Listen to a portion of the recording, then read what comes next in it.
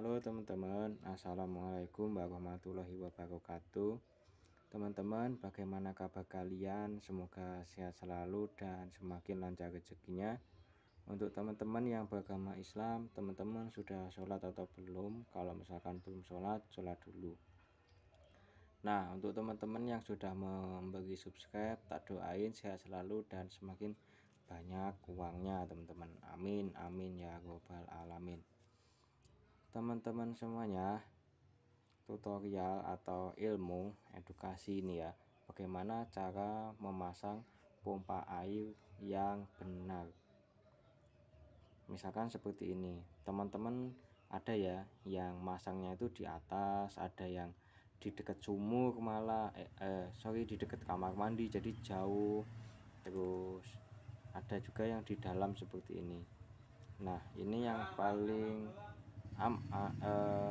paling aman memang di dalam kamar mandi atau di dalam rumah ya teman-teman ya, karena nggak diambil maling gitu.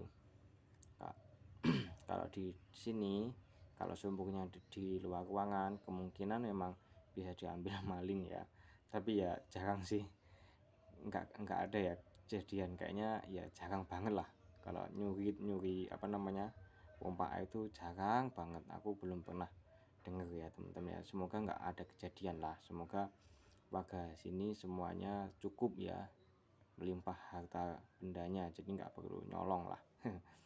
Nah, semakin dekat ya pompa ini dengan air, semakin besar nanti volume air yang dihasilkan teman-teman ya. Jadi kalau di dalam sama ditaruh di sini itu akan besaran di dalam teman-teman, muncratan airnya ya. Di sini dengan yang ditaruh di kamar mandi itu juga akan lebih besar di sini, jadi semakin mepet dengan sumber air itu akan semakin besar, karena daya yang dibutuhkan pompa air untuk menghisap itu lebih besar daripada daya untuk mendorong. Nah, supaya daya untuk menghisap ini lebih kecil, maka panjang pipa atau jarak antara pompa air dengan air ini harus seminimal mungkin teman-teman. Intinya seperti itu. Contohnya ya, kalau pipa di sini ada bolong kecil aja, ini bisa jadi sangat berpengaruh nantinya atau bahkan nggak bisa naik.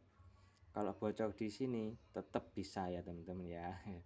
Ya kayak gitu.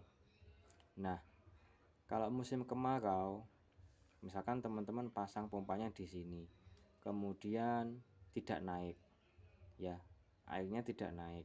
Nah, itu memang karena pompa air itu ada ukurannya. Kalau kecil itu biasanya maksimal 8 meter. Jadi kalau jarak antara pompa dengan saat musim kemarau airnya ini turun misalkan 9 meter, dia nggak akan bisa naik teman-teman airnya. Mau dipancing, mau dimasukin air sebanyak apapun, airnya dari ini karena jaraknya 9 meter nggak akan bisa naik. Misalkan jaraknya 9 meter ya, kemudian teman-teman taruh pompa airnya ini dengan jarak misalkan jadi 4 meter, bisa naik teman-teman. Gitu ya. Jadi kalau di spesifikasinya pasti ada ya, jarak maksimalnya ini ke sini sama ini ke sini. Kalau soal panjang itu pasti masih bisa ya, mungkin panjang gitu ya, tapi horizontal itu bisa aja, tapi semakin pelan juga nanti, tapi masih bisa. Tapi kalau jaraknya dari sini ke sini ini melebihi spesifikasinya ya nggak akan bisa teman-teman, tergantung pompa airnya itu spesifiknya berapa. Nah, yang jadi kelemahan dan ini pernah aku alamin sendiri, ini waktu kemarau kan punya aku kan kayak gini teman-teman ya,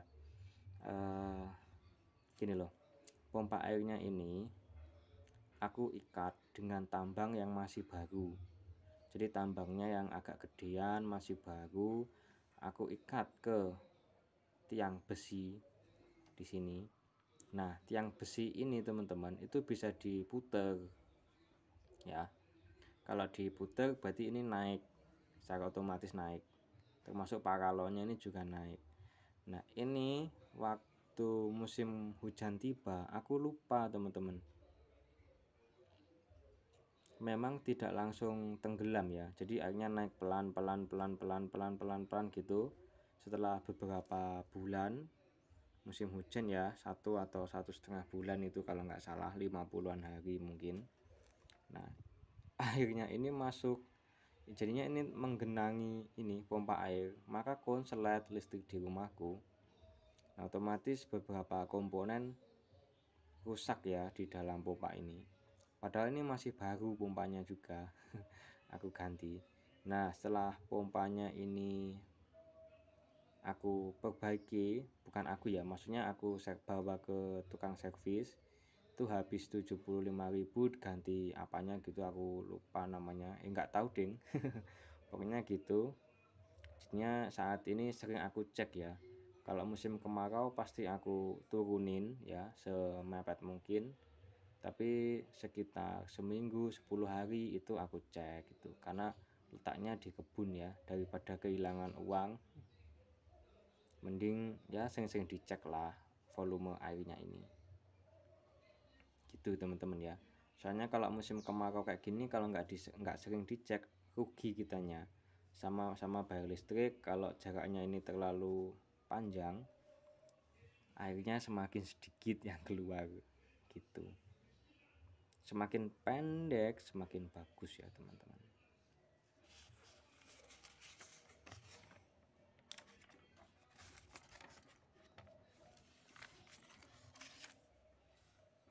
Nah teman-teman, ini aku ada tutorial kayak gini, edukasi seperti ini. Teman-teman bisa cek di videoku selanjutnya ya, bagaimana cara menanam padi 1 kali panennya bisa terus menerus teman-teman. Di videoku judulnya cara tanam padi 1 kali panen terus, tinggal teman-teman ketik aja seperti itu ya di kolom pencarian, ditambah dengan tulisan Arjuna Gosong. Jadi nulisnya cara tanam padi 1 kali panen terus Arjuna Gosong. Nah kayak gitu, nanti akan muncul video penjelasan ini. Waduh ada tawon. Nah informasi lagi, kalau teman-teman ingin sehat, perbanyak minum air putih teman-teman, terutama musim kemarau, dan jika teman-teman itu kerjanya secara fisik dan di luar rumah ya teman-teman. Misalkan bobotnya teman-teman 50 kilo, maka air yang dibutuhkan adalah 5 kali 3, 15 kan, dikasih koma 1, liter, 1,5 liter itu minimal. Bobotnya teman-teman 100 kilo, berarti ambil angka 10-nya, 10 kali 3 berarti 30, 30 berarti ilangin, kasih koma ya, 3,0, berarti 3 liter minimal seharinya.